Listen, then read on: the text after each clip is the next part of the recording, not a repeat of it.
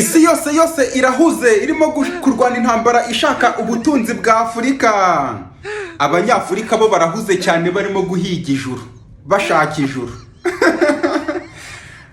Afurika hari n'ibihugu byinshi cyane byahanga muri Afurika bikeneye abaterapisite. Isi yose irahuze cyane irimo gushaka ubukungu bwa Afurika.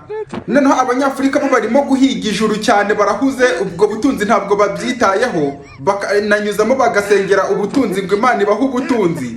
Kandi abo ngabo bari guhiga ubutunzi bwa Afurika nibo bazanye ijuru, barizana muri Afurika, nibo babazaniye ijuru. Bamaze kubona mufokasinze neza amaso yanyu ahanze ku ijuru, baravuga bati ubwo abanyafurika bahuze cyane, reka sasa nyine bahugiye mu gushaka ijuru, reka sasa imitungo ya Afurika tuze kuyitwara.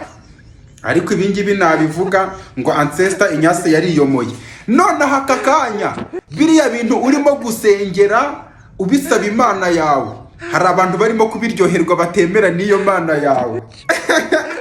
Ako kandi urimo kukumva, ariko ngo ancestor azahira mu kuzimu, azahira mu kuzimu. Reka bakomeze batwara imitungo yacu, twebwe twihangiye amaso mu ijuru dushaka ijuru. Reka mbe ngiye kwiyumirirwa ndaje.